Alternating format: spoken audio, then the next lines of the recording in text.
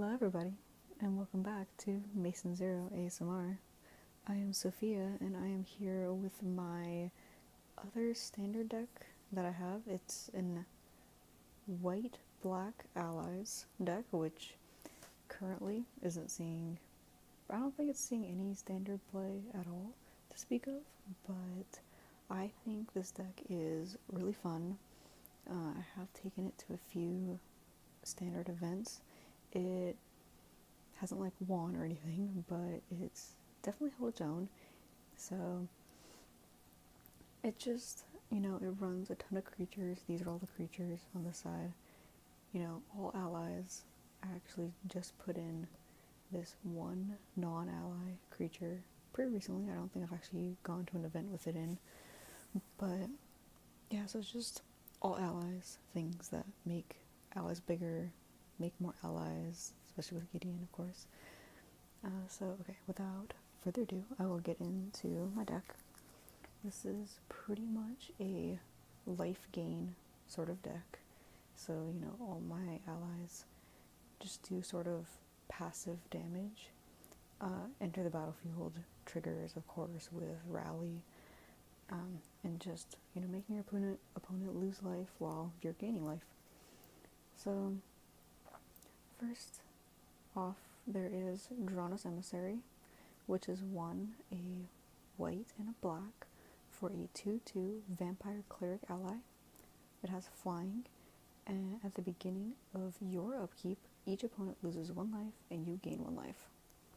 So I do have 4 of those, which is really nice. It makes your opponent lose life and you gain life every time, the beginning of your upkeep. So every turn, your opponent is losing a life and you're gaining a life. So that's great, especially when you see other sort of things that allies can do when you gain life.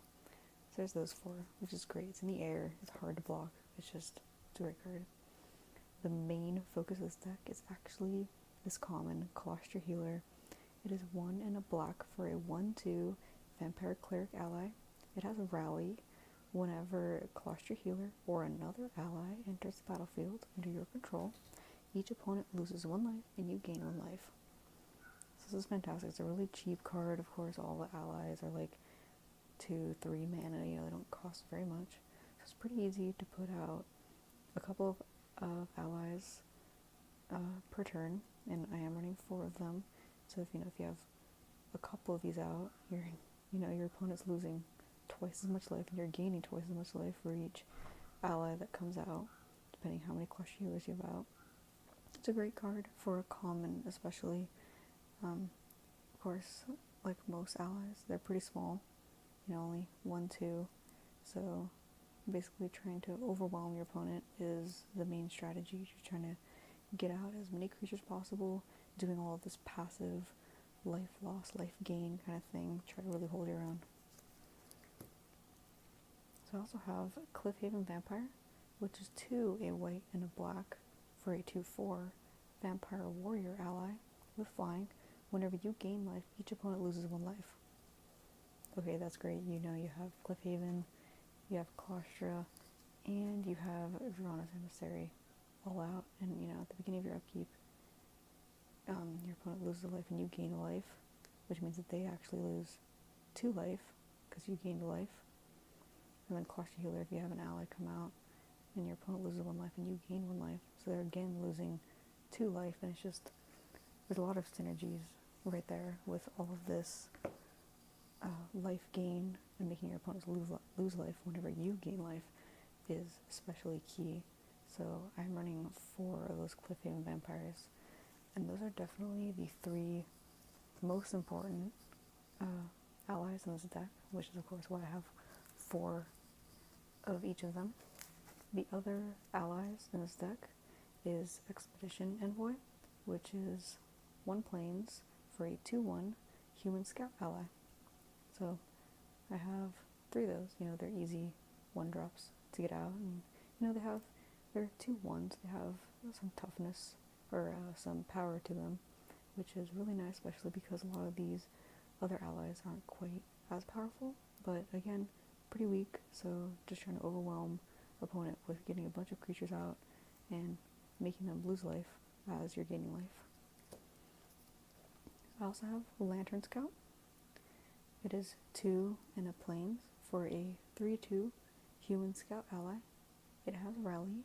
Whenever a Lantern Scout or another ally enters the battlefield under your control, creatures you control gain lifelink until end of turn. So I have 3 of these, which is really nice because, of course, if, this comes out, you have, like, your Cliff-Haven Vampire, which now has lifelink, and you deal damage for each creature you have out that has lifelink. Is another instance of you gaining life. So your opponent is losing 1 life for each creature that you're attacking them with. So that's really nice. And then I have this Bloodbond Vampire, which is 2 and 2 black for a 3/3 Vampire Shaman ally. Whenever you gain life, put a +1/+1 counter on Bloodbond Vampire. So that's, especially helpful because this deck is all about gaining life. So whenever, Clash of Healer comes out, if this comes out and you have a Clash of Healer and you gain life, it gets a +1/+1 counter on it. So it can immediately come out as a 4/4, which is, what's actually worth.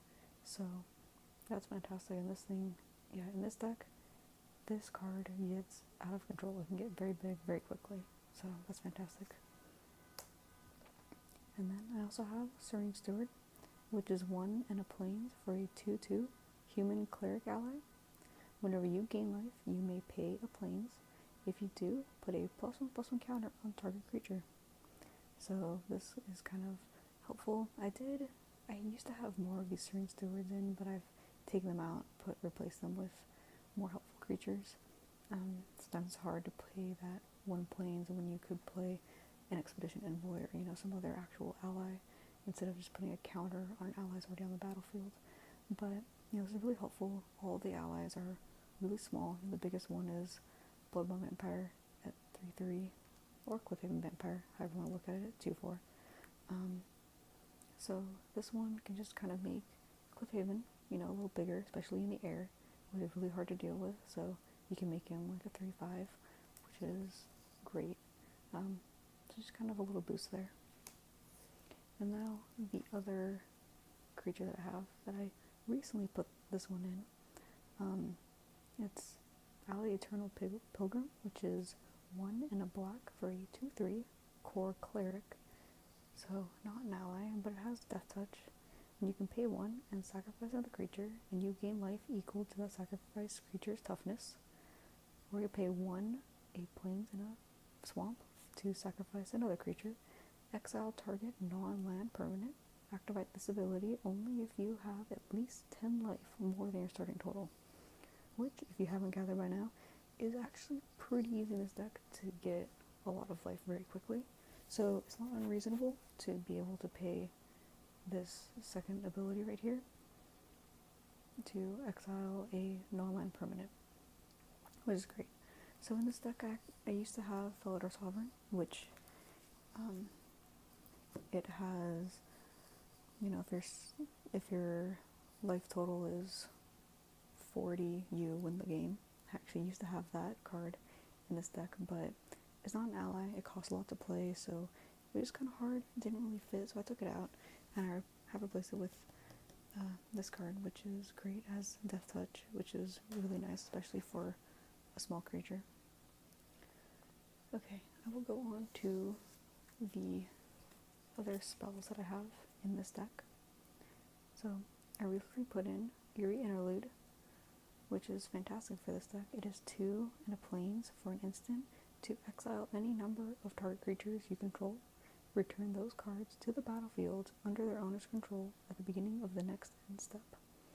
So, I can block with all my really small creatures, and then I can just exile them, and then return them all to the battlefield for all of their enter the battlefield triggers, because they'll all see each other. So that is really great, and I get to, basically block my opponent's really big creature with, Serene Steward or something. It's a 2/2, block some big thing, exile and return to the battlefield, hopefully have some cluster healers out, make them lose life, and I gain life. So it's just a great card for this deck. And then I also have Languish, which is 2 and 2 black sorcery. All creatures get -4/-4 until end of turn. Now, this card, while might seem pretty bad in this deck almost, just because I have to kill all my creatures really in order to play this, it is nice for board wipes, of course. So, you know, it's kind of okay to sacrifice all my really small creatures if I can get rid of some humongous creature that I really don't know how to deal with. And then I have Oath of Gideon, which is great. It's 2 and a plains for a legendary enchantment. When Oath of Gideon enters the battlefield, put 2 1/1 white core allied creature tokens onto the battlefield. Each planeswalker you control enters the battlefield with an additional loyalty counter on it. So this is great just for the core ally creature tokens that it produces. So that is 2 instances of allies entering the battlefield right there. You know, if you have Cluster Healer out, that's your opponent loses 2 life and you gain 2 life for that. So just a great enchantment just for that effect. And then I have Grasp of Darkness, which is 2 black for an instant. Target creature is -4/-4 until end of turn. Basically a cheaper version and more targeted version of Languish. And now this is kind of why I have Languish in this deck. It is for March from the Tomb. So it is 3, a white and a black for a sorcery, to return any number of target ally creature cards with total converted mana cost 8 or less from your graveyard to the battlefield. Now, I have really cheap allies, you know, the most is 4 mana, so I can definitely Languish all of my own creatures and hopefully remove a lot of my opponent's creatures, and then just return them all to the battlefield, pretty much, and then they get all of the enter the battlefield triggers. You know, if I happen to remove a couple Cluster Healers and bring them back, they will see each other, plus every other ally that I bring back with them, so that it is just a ton of life gain and life loss for my opponent happening right there. So yeah, this card is fantastic in this deck. It does suck. It's 5 mana. It's kind of a lot, but you know, not totally unreasonable.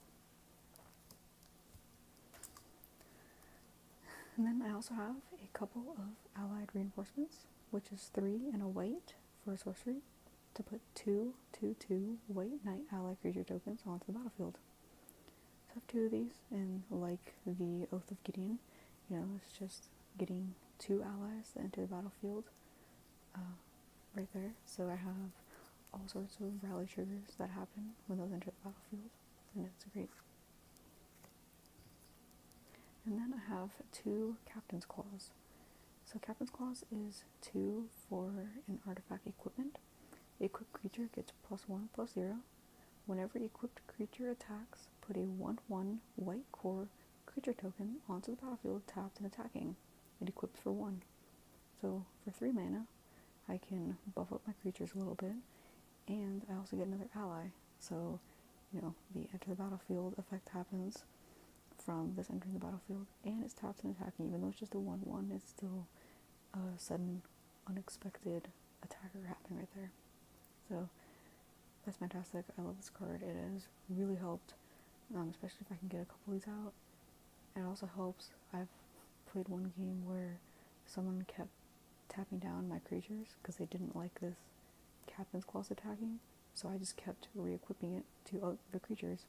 It was great because equip cost is only 1, so it's not unreasonable at all, and it's just really great in this deck. Now, on to the exciting part are all the planeswalkers in this deck. Now, foremost is Gideon, ally of Zendikar. His 2 and 2 planes for 4 loyalty. His +1 is until end of turn. Gideon, ally of Zendikar, becomes a 5/5 human soldier ally creature with indestructible but still planeswalker. Prevent all damage that will be dealt to him this turn. His 0 is put a 2/2 white knight ally creature token onto the battlefield, which is obviously fantastic for the rally triggers. And then his -4 is you get an emblem with creatures you control, get +1/+1. Now, his emblem isn't fantastic, but you know, especially with the Oath of Gideon, since I do have quite a lot of Planeswalkers in this deck, you know. I do have 5 here. Having the Oath of Gideon that says that all Planeswalkers, you know, enter the battlefield with an extra loyalty counter on them, I can basically ultimate Gideon immediately. Now suddenly, you know, my small creatures are a little bit tougher, so they're harder to deal with, which is great. And then, you know, I can just keep +1ing to make him a human soldier ally creature, and just spitting out more night ally creature tokens off the battlefield, which is great for, of course, the enter the battlefield triggers there. Next, I have Obnixilis Reunited. It's 3 and 2 black for 5 loyalty. So this +1 is you draw a card and you lose 1 life. This kind of seems a little counterintuitive with the whole gaining life thing, but I feel like I have enough life to spare in this deck in particular to make his +1 pretty beneficial. And his -3, which pretty much everyone uses him for, is to destroy a target creature. And that is oftentimes what I use him for before Obnixilis is removed. And then his -8, target opponent gets an emblem with, whenever a player draws a card, you lose 2 life. So this is a pretty good card in this deck. Obviously Gideon is the best in this deck, but Obnixilis is pretty close. And then I actually have 3 Sorin Grim Nemesis from Shadows over Innistrad. So he is 4, a white and a black for 6 loyalty. His +1 is reveal the top card of your library and put that card into your hand. Each opponent loses life equal to its converted mana cost. Now, as you've probably seen, I don't have very many things with a really high converted mana cost. The highest would be Sorin himself, and then followed by Obnixilis and March from the Tomb at 5 mana. So, you know, his +1 is nice. You know, I get them down in health a little bit. More times than not, you know, a land is revealed, because this has quite a bit of land in here. But, yeah, it's nice just for the card draw. And then his -X, Sorin deals X damage to target creature or planeswalker, and you gain X life. Which is even better because, you know, every instance of me gaining life, if I happen to have a Bloodbond Vampire out, or not a Bloodbond Vampire, a Cliffhaven Vampire, and whenever I gain life, each opponent loses 1 life, so I gain X life. They lose, you know, 1 life for that, so not only am I dealing that damage to a creature or planeswalker they're also taking damage themselves, which 1 isn't a whole lot, but it's something. And then his -9 is put a number of 1/1 black vampire knight creature tokens with lifelink onto the battlefield, equal to the highest life total among all players. Now, this is great because even my life total can be pretty high, so if I can get to his -9, that suddenly becomes a little devastating to deal with. Unfortunately, of course, because it is Shadows over Innistrad, they're not ally creatures, but, you know, you can't have everything, and they do have lifelink, so, you know, whenever I'm gaining life, they could also be losing life. So, Sorin is just a pretty fantastic planeswalker in this deck. If I can cast him at 6 mana, it can be pretty challenging. But this deck is probably my biggest planeswalker deck. I have 5. Of course, I have 3 Sorins. I would like to have more Gideons, but he's pretty expensive, and I did actually I pulled the Gideon and the Obnixilis and 2 of the Sorins. One of the Sorins actually I traded for, so that's how I actually got all of these in the first place. It would be really nice to put another Gideon in here, though, because he's just so great in this deck.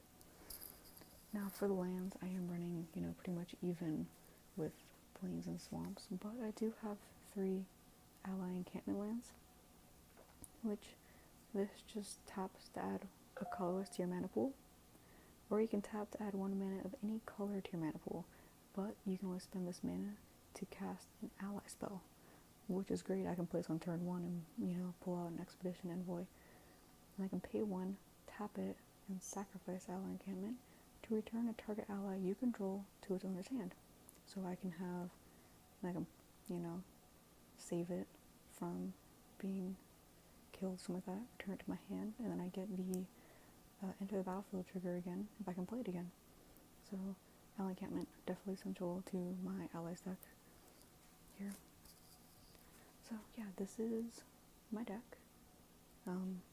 Pretty much, you know, pretty straightforward. It's a very single tracked, just gain life, make your opponent lose life, make your opponent lose life while you gain life. It's just overall has one focus here. I am welcome to hear if you have any advice on how to make this deck even better. I have definitely played around with this deck a lot since Battle for Zendikar came out when I made this initially.